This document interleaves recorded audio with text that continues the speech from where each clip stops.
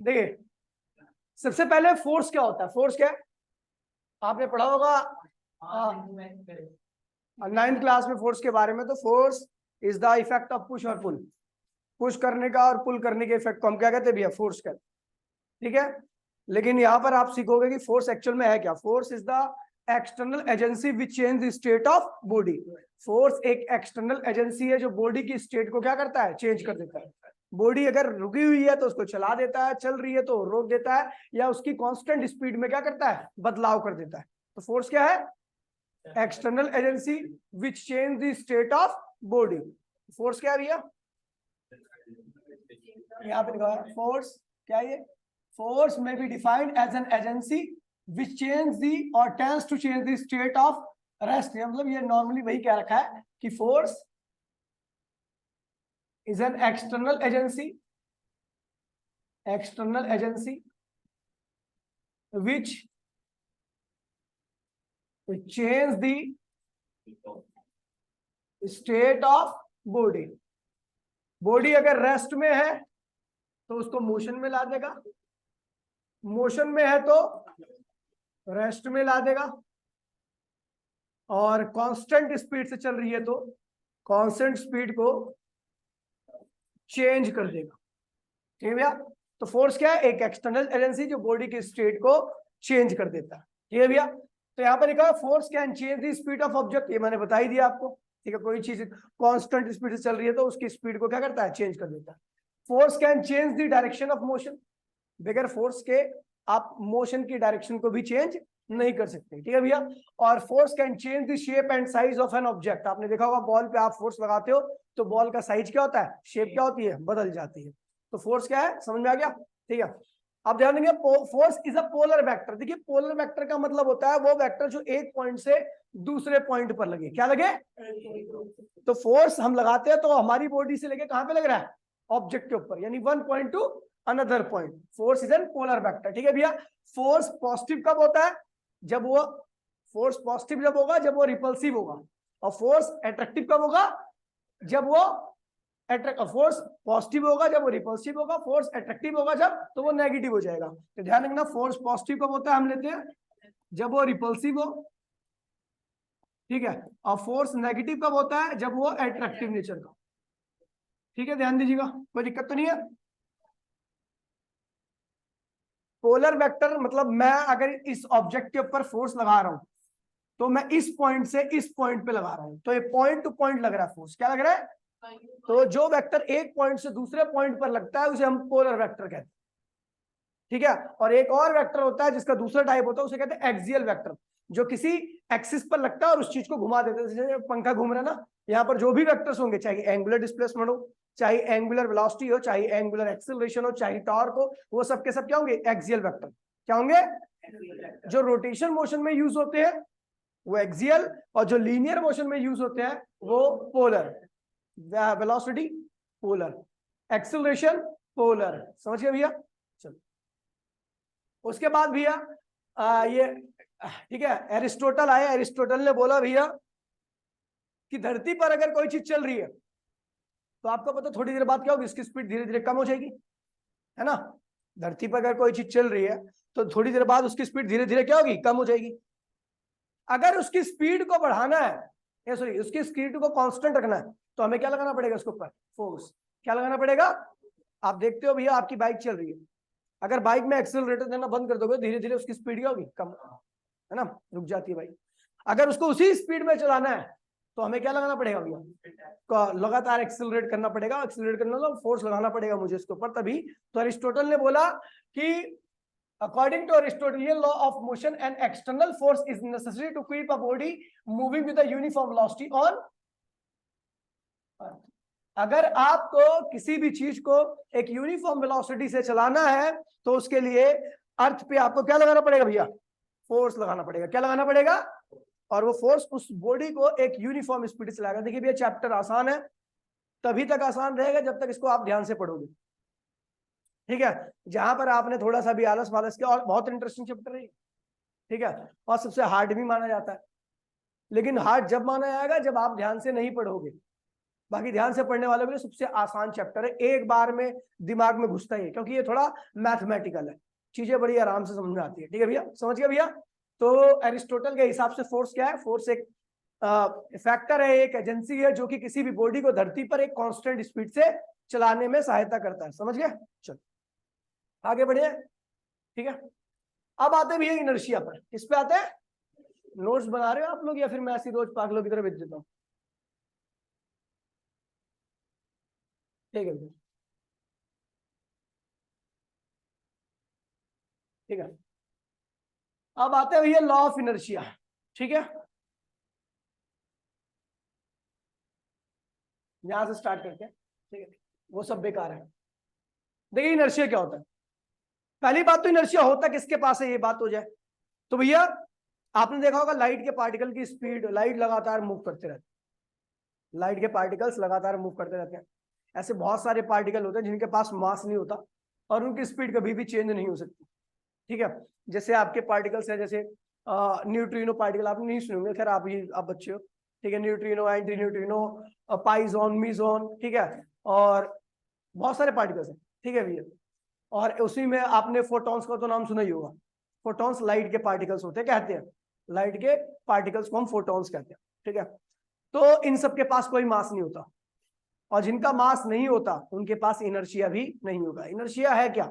Inertia किसी भी ऐसी बॉडी की प्रॉपर्टी होती है जिसके पास मास होता है, जिसके पास। अब इस प्रॉपर्टी के हिसाब से अगर हम उस बॉडी की स्टेट को चेंज करें, स्टेट चेंज करने का मतलब है वो रेस्ट में है तो आप उसे मोशन में लाओगे, मोशन में है तो आप, और सीधा चल रहा है तो उसकी डायरेक्शन को चेंज करें। तो अगर उस बॉडी के पास इनर्शिया है यानी मास है, तो भैया वो बॉडी अपनी स्टेट में चेंज को क्या करेगी? अपोज करेगी। क्या करेगी? ये वही बॉडी कर सकती है अपोज जिसके पास अपना मास होता है। क्या होता है? जिसके पास मास होगा उसी के पास इनर्शिया होगा, वही अपनी स्टेट में चेंज को क्या करेगी? अपोज करेगी। क्या करेगी? तो इनर्शिया क्या होता है भैया? एक ऐसी बॉडी जिसके पास मास है, उसकी प्रॉपर्टी होती है कि अगर हम उसकी स्टेट में चेंज करें तो उस चेंज को वो अपोज करता है। अपोज करने के लिए अगर आप वो चल रही है तो रुकने, मतलब आप रोकने का प्रयास करोगे तो वो रोकना नहीं चाहेगी। रुकी हुई है, आप चलाने का प्रयास करोगे तो वो चलना नहीं चाहेगी। और सीधी चल रही है, आप डायरेक्शन चेंज करना चाह रहे हो तो आप वो डायरेक्शन चेंज नहीं करना चाहेगी। समझ गया भैया? यही होता है इनर्शिया। तो इनर्शिया क्या है भैया? इनहेरेंट मतलब होता है जिसके ऊपर कोई रिसर्च ना किया सके, जिसके ऊपर इन्वेस्टिगेट न किया जा सके। मास है तो इनर्शिया होगा, क्यों होगा इसका कोई रीजन नहीं है। ठीक है, तो क्या है भैया? Inertia is the inherent property of material body. Material body मतलब जिसके पास मास होता है। ठीक है, बाय वर्च्यू, वर्च्यू मतलब होता है गुण, of which it can not change by itself its state of rest और uniform motion on a straight line called inertia. कह रहा भैया इनर्शिया एक ऐसी बॉडी की प्रॉपर्टी है, मटेरियल बॉडी, मटेरियल मतलब जिसके पास मास है, उसकी प्रॉपर्टी होती है जिसके हिसाब से ये अपनी स्टेट को खुद ब खुद चेंज नहीं कर सकती। रुकी है तो वो चल रही है, तो सीधी लाइन में चल रही है तो अगर आप चेंज करने का प्रयास करोगे तो वो इनर्शिया आपको अपोज करेगा।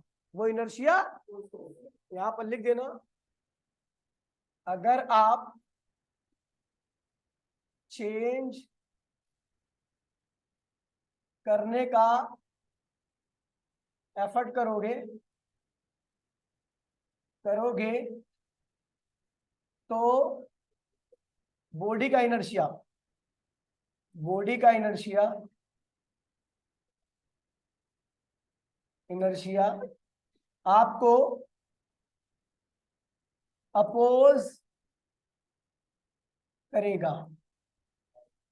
ठीक है, तो देखिए यहां पर कुछ मैं डायग्राम बना दे रहा हूं ताकि आपको अच्छे से क्लियर हो जाए। ये बॉडी क्या कर रही है? मोशन में कर रही है, और आप ऐसा फोर्स लगा रहे हो। क्या लगा रहे हो? External force. ये क्या है भैया? तो इनर्शिया ऐसे फोर्स लगाएगा, फोर्स ड्यू टू, ऐसे लगेगा, मतलब एक्सटर्नल फोर्स के उल्टा लगेगा इनर्शिया वाला फोर्स, तभी तो अपोज कर पाएगा। अपोज करने का मतलब है राइट में लगा तो लेफ्ट में फोर्स लगा देगा। बॉडी चल रही है, इसके पास कौन सा इनर्शिया होगा? Inertia of motion. Inertia of motion. वो इनर्शिया क्या बोलेगा कि भैया मैं तो चलूंगा। अगर वो मेरे को कोई रोकने आया, कौन रोक रहा है? एक्सटर्नल फोर्स, तो एक ऐसा फोर्स लगा देगा अगेंस्ट में। ठीक है, बॉडी रुकी हुई है, बॉडी रुकी हुई है, यहाँ पर दूसरा यहाँ बॉडी आपकी क्या है भैया, रेस्ट में, क्या है, तो इसके पास कौन सा इनर्शिया होगा, इनर्शिया ऑफ रेस्ट। यहाँ पर लिखो force due to inertia of motion. Motion का इनर्शिया क्या कहता है, चलूंगा, रेस्ट का इनर्शिया कहता है रुका रहूंगा। जो सीधा चलने वाला इनर्शिया होता है क्या है, सीधा चलूंगा, ठीक है।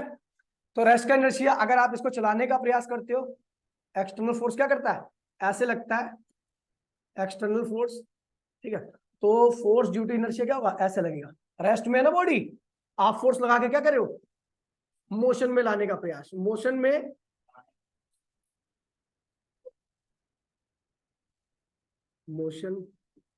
में लाने का,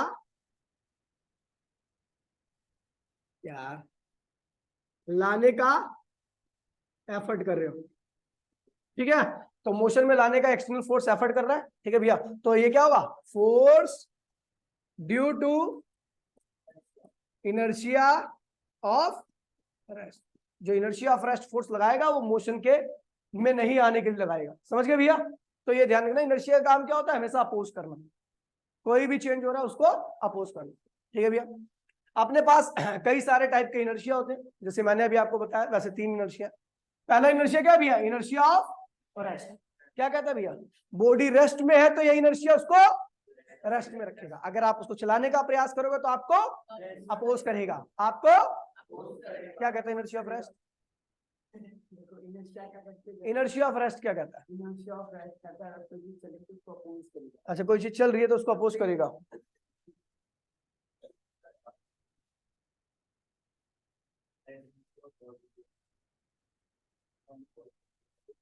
उधर बैठ,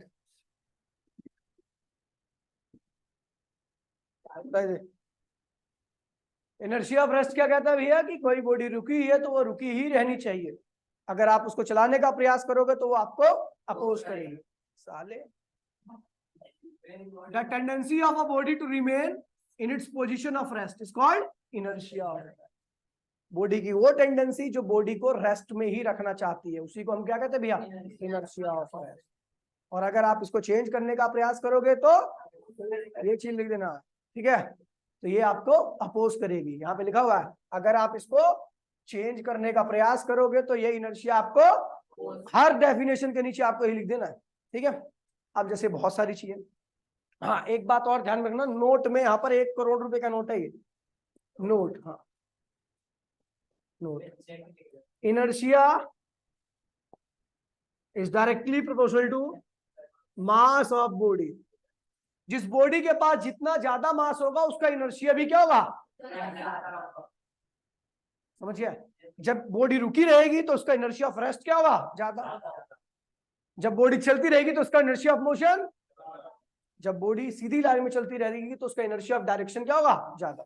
किसका, जिस बॉडी का मास ज्यादा होगा। लेकिन अगर बॉडी का मास कम है तो ये सारे इनर्शिया क्या होंगे, अपने आप ही क्या होंगे, कम हो जाएंगे, समझ गए। चलो अब देखिए, अब इस हिसाब से हमारे पैरों का मास क्या होता है, कम होता है, और हमारे अपर पार्ट का मास क्या होता है, ज्यादा होता है। अब आपने देखा होगा इनर्शिया ऑफ मोशन का एग्जांपल दे रहे हैं, यहाँ पर इनर्शिया ऑफ मोशन है, इनर्शिया ऑफ रेस्ट है, ठीक है। तो इनर्शिया ऑफ रेस्ट का एग्जांपल दे रहा हूँ। मान लीजिए आपकी बॉडी का मास क्या है, बॉडी के तो सबको अलग अलग कर लेता हूँ, हर पार्ट को।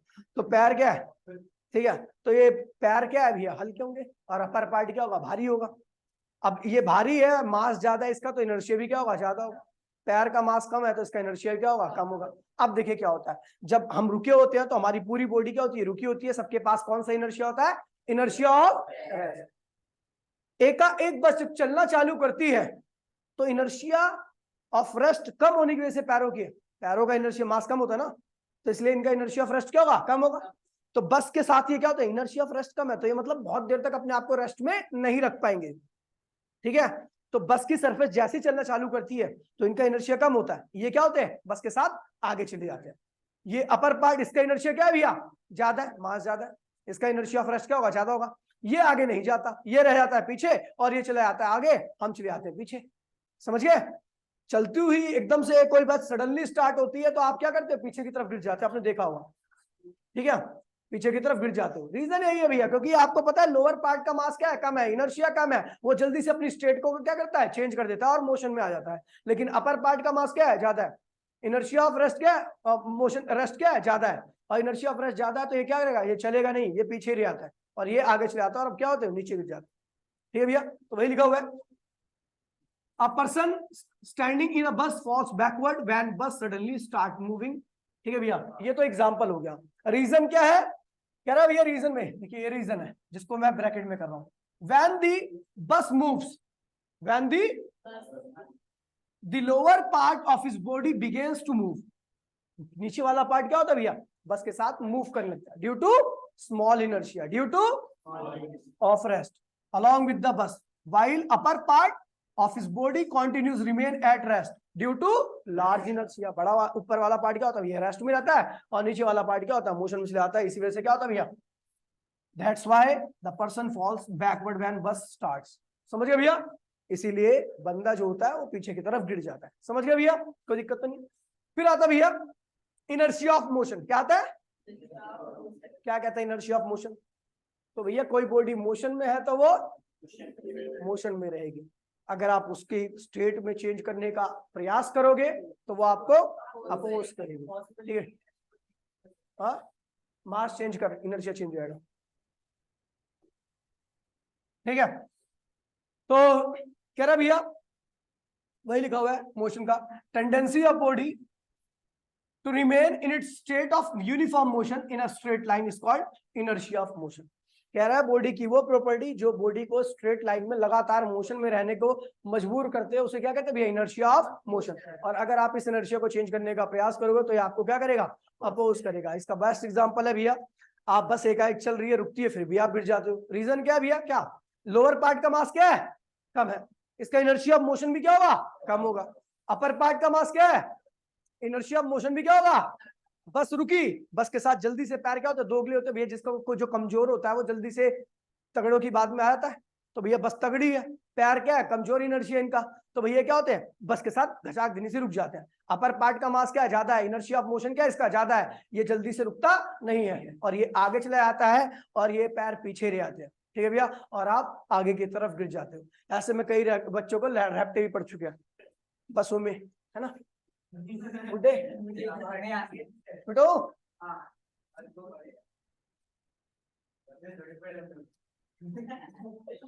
देखिए भैया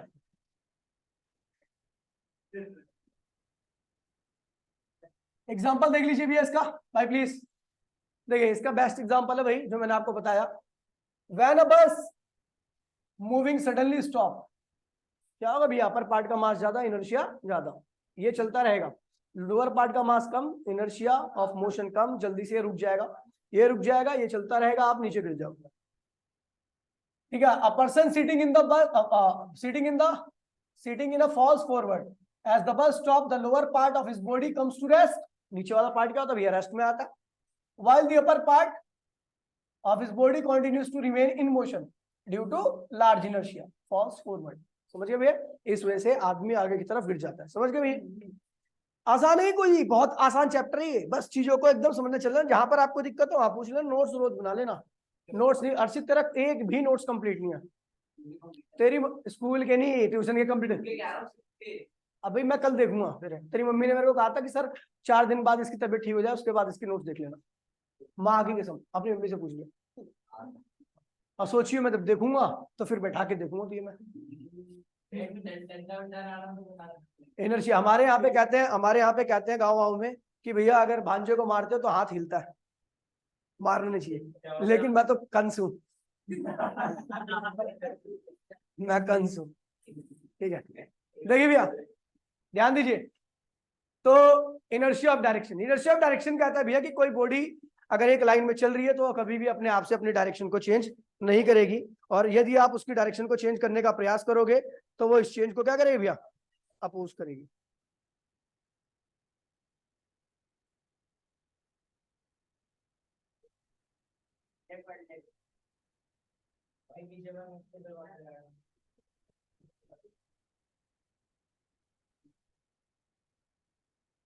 ठीक है, देखिए समझ गया।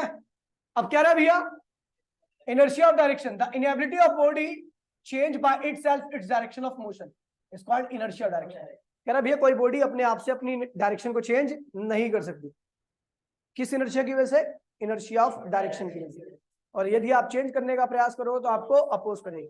लेकिन आप ये देखते हो भैया, जब साला अपोज ही कर रहा हर केस में, तो चेंज क्यों कर देता है?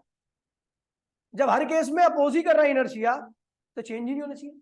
लेकिन एक बात ध्यान रखना कि इनर्शिया अपनी ताकत के हिसाब से ही अपोज करेगा। आपकी ताकत अगर ज्यादा होगी और इनर्शिया की ताकत कम पड़ जाएगी, तो आप उसकी स्टेट को क्या करोगे? चेंज कर दोगे।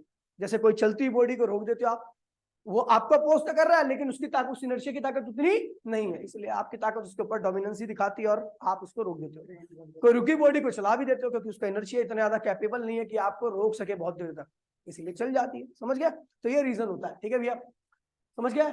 अब इसका एग्जांपल इनर्शिया ऑफ डायरेक्शन का सबसे बेस्ट एग्जांपल है, आपने देखा होगा कहीं यू टर्न आता है, यू टर्न पे जब गाड़ी वाड़ी मुड़ती हो तो आप एक साइड में झुकते हो।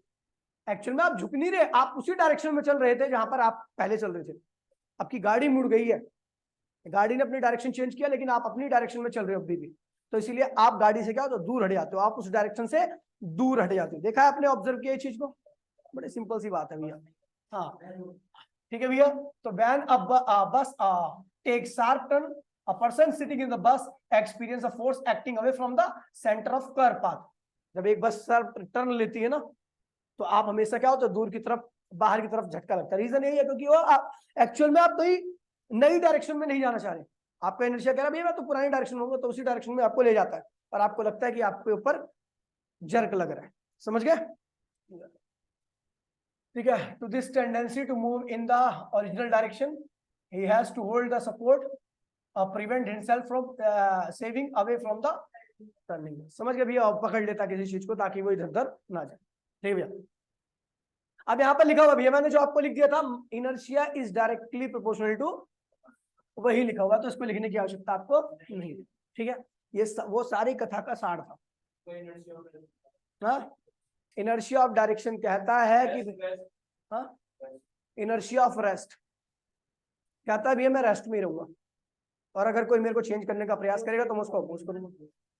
नीचे वाला पार्ट का मास कम होता है, ठीक है, इसका इनर्शिया भी क्या होगा, इनर्शिया ऑफ रेस्ट क्या होगा, कम होगा। मतलब ये जल्दी से अपने आप इनर्शिया ऑफ रेस्ट को चेंज कर सकते हैं। आप फोर्स लगाओगे, अगर हम इस बॉडी पे फोर्स लगाया जाएगा पूरी बॉडी पे, तो सबसे पहले कौन अपनी स्टेट को चेंज करेगा, रेस्ट, जिसका इनर्शिया कम होगा। ठीक है, तो नीचे वाले पार्ट का मास क्या है, कम है, इनर्शिया क्या है, कम है, इसका रेस्ट वाला कम है, तो जल्दी से मोशन में आता है। अपर पार्ट क्या होता है भैया, ज्यादा मास होने की वजह से इनर्शिया क्या है इसका ज्यादा, तो जल्दी से मोशन में नहीं आता, ये रह जाता है पीछे, ये चला आता है आगे, आप चले जाते हो नीचे। समझ गए? मानो समझ में आ रहा है बेटा? समझ गए? आगे बढ़े। अब ये अगले टॉपिक आ रहा है, और ये बहुत ज्यादा इंपॉर्टेंट है। आपने आज तक मोमेंटम पढ़ा होगा, लेकिन आपने मोमेंटम को मास इनटू में वेलोसिटी के अलावा और कुछ नहीं पढ़ा होगा।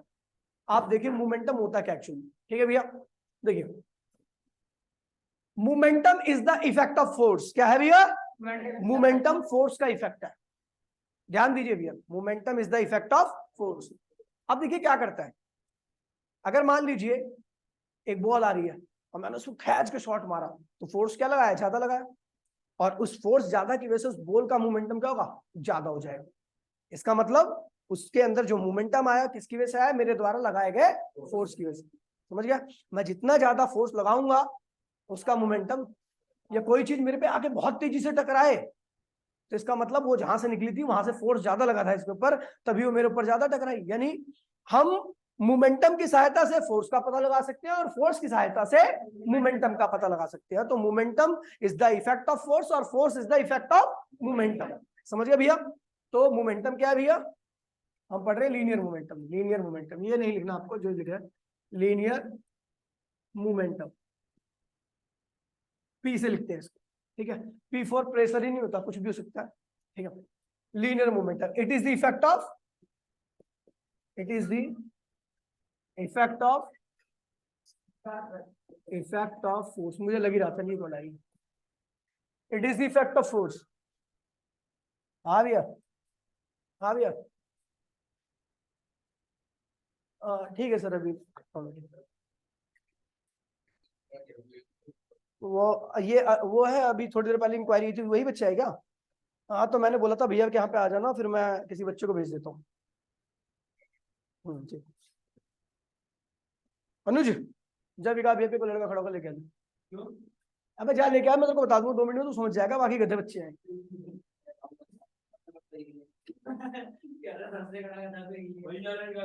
विकास भैया के सामने खड़ा होगा, अरे वहीं पे खड़ा होगा, तो उसका नाम तनुज है, अनुज, उसका अनुज नाम है उसका भी, ठीक है। लीनियर मोमेंटम क्या है? It is the effect of force भाई, it is the effect of force, ठीक है भैया। फोर्स ज्यादा तो मोमेंटम क्या होगा?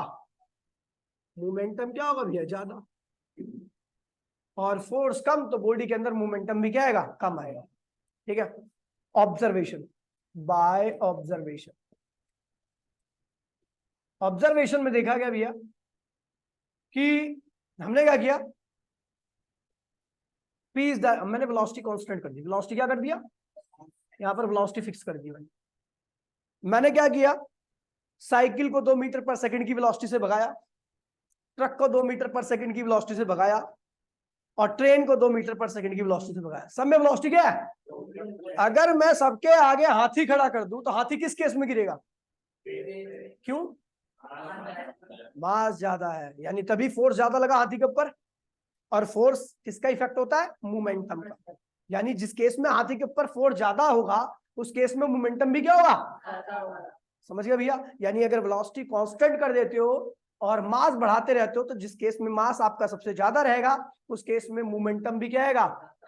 ज्यादा रहेगा। इसलिए मास के क्या होता है? डायरेक्टली होता है, ठीक है, जो बॉडी चल रही है। दूसरा है, आपने क्या किया? मास कांस्टेंट कर दिया। क्या कर दिया? मास कांस्टेंट कर दिया। अब मोमेंटम किस पे डिपेंड करेगा? तो देखिए मेरे हाथ का मास कांस्टेंट है ना, मेरे हाथ का मास, पहले मैंने इसको ऐसा रैप्टा मारा, ज्यादा नहीं लगा, ऐसा लगा है थोड़ा तो लगा, ऐसा लगा है थोड़ा और दे लगा। अगर मैं ढंग से मार दूंगा तो फर्क इस डाल सकता है। मास कांस्टेंट है, क्या चेंज कर रहा हूं? इसकी वेलोसिटी, तब फोर्स ज्यादा लगेगा, ठीक है। ये हो गया। तो मोमेंटम का फॉर्मूला डिराइव करके क्या आता है आपको?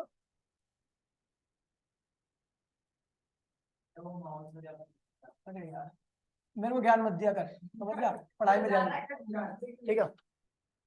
तो कंबाइन भाई please, on combining first and second equation, तो क्या होगा भी आपका? P is directly equal to mv हो जाएगा। P इज इक्वल्स टू में k times of mv, k की वैल्यू क्या होती है? 1 होती है, तो P इक्वल्स टू में mv हो गया, ठीक है। ये मोमेंटम का फॉर्मूला होता है। वेक्टर फॉर्म, वेक्टर फॉर्म क्या होगा इसका? वेक्टर फॉर्म होगी P वेक्टर इक्वल्स टू में m v vector, m v vector. SI unit क्या होगी इसकी? SI यूनिट क्या होगी? मास की क्या होती है? किलोग्राम मीटर पर सेकंड, ठीक है भैया। ये इसकी SI यूनिट होगी, प्रोपोर्शनैलिटी कांस्टेंट। देखिए भैया अब यहां पर ग्राफ बनता है, मोमेंटम मास के बढ़ाने पर बढ़ रहा है, तो इसका ग्राफ जो, यानी मास वेरिएबल है, सॉरी ये मोमेंटम है और ये क्या है भैया? मास है। अगर आप मास बढ़ाओगे तो मोमेंटम भी क्या होगा? बढ़ेगा। तो ग्राफ कैसे आएगा? स्ट्रेट लाइन, क्या जाएगा? और ये जो है ये कांस्टेंट है, वेलोसिटी यहां पर क्या है? कांस्टेंट है। स्लोप निकालो इसका, तो स्लोप क्या होगा? ये स्लोप होता है, slope of PM graph, PM graph momentum mass का जो स्लोप होगा वो क्या देगा? तो ये क्या है? यहाँ पर मोमेंटम है और पर बेस क्या है भैया? मास है। तो भैया tan स्लोप क्या होता है? tan थीटा, और tan क्या होता है? परपेंडिकुलर अपॉन में बेस। यहाँ पर परपेंडिकुलर क्या है? खुद मोमेंटम है, और बेस क्या है भैया? मास है। मोमेंटम अपॉन में मास क्या होता है भैया? वेलोसिटी। क्या होता है भैया? वेलोसिटी। बहुत इंपॉर्टेंट पॉइंट है ये। क्वेश्चन देखिए, कह रहा है भैया ये मोमेंटम मास ग्राफ है, ABC, बताइए सबसे ज्यादा वेलोसिटी किसकी होगी? मैंने बोला भैया slope of momentum PM, momentum mass graph क्या देता है आपको? वेलोसिटी देता है। यानी जिसका स्लोप ज्यादा होगा उसका मोमेंटम भी क्या होगा, वेलोसिटी भी क्या होगी। तो सबसे ज्यादा स्लोप किसका है, ए का, तो velocity of A, velocity of B, velocity of C. समझ गए भैया, ये हो गया। अगला देखिए भैया, ये वाला ग्राफ देखिए, ये इसके बीच का ग्राफ है, ये मोमेंटम वेलोसिटी डायरेक्टली है, तो ग्राफ कैसे आएगा, सीधा मास क्या है, कांस्टेंट, मास क्या है, कांस्टेंट है। स्लोप क्या होगा, slope of PV graph, slope मतलब tan थीटा। यहां पर परपेंडिकुलर कौन है भैया, खुद मोमेंटम है, और बेस क्या है भैया आपका, वेलोसिटी है, ये क्या है, थीटा। ठीक है, तो यहां पर क्या होगा, P अपॉन में V, क्या होगा भैया, मास देगा, क्या देगा। अब बताइए यहां पर P V किसका मास ज्यादा है, A का या B का, तो mass of A is greater then mass of, समझ गए भैया, कोई दिक्कत तो नहीं है। ठीक है, अभी टाइम है यार, ठीक है, ये हो गया। एक ग्राफ और है, ठीक है। अब ये वाला ग्राफ दिखते हैं, मैंने क्या कर दिया, पहला था नोट में, इसे नोट में कर देता हूँ, ठीक है, क्योंकि नोट में होना चाहिए वैसे तो। मैंने क्या बताया, पी इक्वल्स में क्या होता है, एमबी होता है, क्या होता है, एमबी होता है, मास इंटू में वेलोसिटी होता है।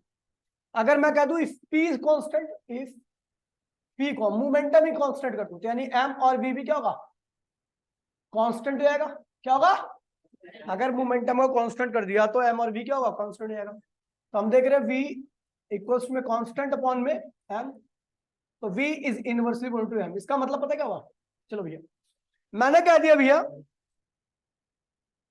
ट्रेन का भी टकराने पर हाथी गिरनी चाहिए, ट्रक के भी टकराने पर हाथी गिरनी चाहिए, और साइकिल के टकराने पर भी हाथी गिरनी चाहिए। अरे पॉसिबल हो सकता है भाई, क्यों नहीं हो सकता। कंडीशन क्या, तीनों का मोमेंटम क्या होना चाहिए, सेम होना चाहिए, सेम। तीनों अगर एक ही मोमेंटम एक्वायर करेंगी तो भैया तीनों फोर्स भी सेम ही लगाएंगी, बेटा बैठ जा, ठीक है। अगर भाई प्लीज, अगर मैं कहूंगा कि साइकिल के, भाई प्लीज, साइकिल के टकराने पर भी हाथी गिरे, ट्रक के टकराने पर भी हाथी गिरे, और ट्रेन के टकराने पर भी हाथी गिरे, इसका मतलब हाथी पे सेम फोर्स लग रहा है, और सेम फोर्स लग रहा है इसका मतलब सेम मोमेंटम होगा तीनों का। और तीनों का मोमेंटम अगर सेम है तो अंतर क्या है तीनों में, साइकिल का मास कम है बहुत ज्यादा। अगर मोमेंटम सेम रखना है उसको ट्रेन के बराबर, तो जिसका मास कम है उसको अपनी वेलोसिटी क्या करनी पड़ेगी, बहुत ज्यादा करनी पड़ेगी। वो दिखाया ना भैया, जिसका मास कम रहेगा उसकी वेलोसिटी क्या होगी, बहुत ज्यादा रहेगी। और अगर ट्रेन को साइकिल के बराबर का मोमेंटम करना है तो उसका मास क्या है, बहुत ज्यादा, तो उसको वेलोसिटी क्या करनी पड़ेगी, बहुत कम। आपने देखा होगा, ठीक है, आपने देखा होगा कि एक मरियल सा आदमी जो होता है वो दीवार तोड़ देता है घूसा मार के। रीजन क्या है भैया, वो इतना हाई मोमेंटम कैसे क्रिएट कर पा रहा है भैया, मास तो उसके हाथ का कम है, मरगिल्ला है वो, तो क्या कर रहा है भैया, सुनो मेरी बात सुन लो, दीवार टूटी फोर्स की वजह से, और फोर्स किसका इफेक्ट है, मोमेंटम का, और मोमेंटम इसका मतलब उसने ज्यादा लगाया होगा, मास तो उसका कम है, तो क्या मोमेंटम ज्यादा कैसे करेगा, वेलोसिटी बढ़ाकर। तो इसीलिए मरगिल्ले आदमी अगर अपने वेलोसिटी को ज्यादा कर दे तो वो ज्यादा मोमेंटम क्रिएट करेंगे, और जिसकी वजह से बॉडी पे लगने वाला फोर्स भी क्या होगा, ज्यादा होगा। यहाँ पर तो किसी चीज की कमी नहीं है, ठीक है। अब वो हाथ रख लिया था ना जानबूझ के, समझ गए भैया, समझ गए भैया, ये बहुत तगड़ा कंसेप्ट है, ठीक है। इसके ऊपर बहुत सारे क्वेश्चंस पूछे जाते हैं। और अगर आप मास और वेलोसिटी का, सुन लीजिए, वेलोसिटी और मास का ग्राफ बनाते हो मोमेंटम कांस्टेंट करके, तो जिसका वेलोसिटी ज्यादा होगी उसका मास कम होगा, जिसका मास कम होगा उसकी वेलोसिटी कब, जब सबका मोमेंटम क्या है भैया, सेम हो, तो ग्राफ ऐसा आता है इस तरीके, ठीक है भैया। और ये जब आएगा जब मोमेंटम क्या रहेगा, ऐसा ग्राफ जब कांस्टेंट है, ठीक है भैया। तो कोई दिक्कत तो नहीं है, क्या ताली बजा रहा है, बढ़िया बनाया थे,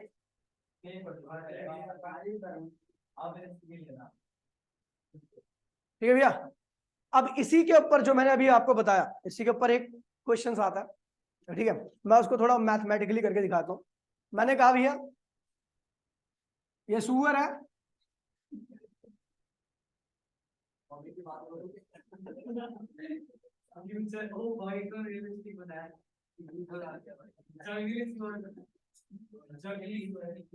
ये सुअर है,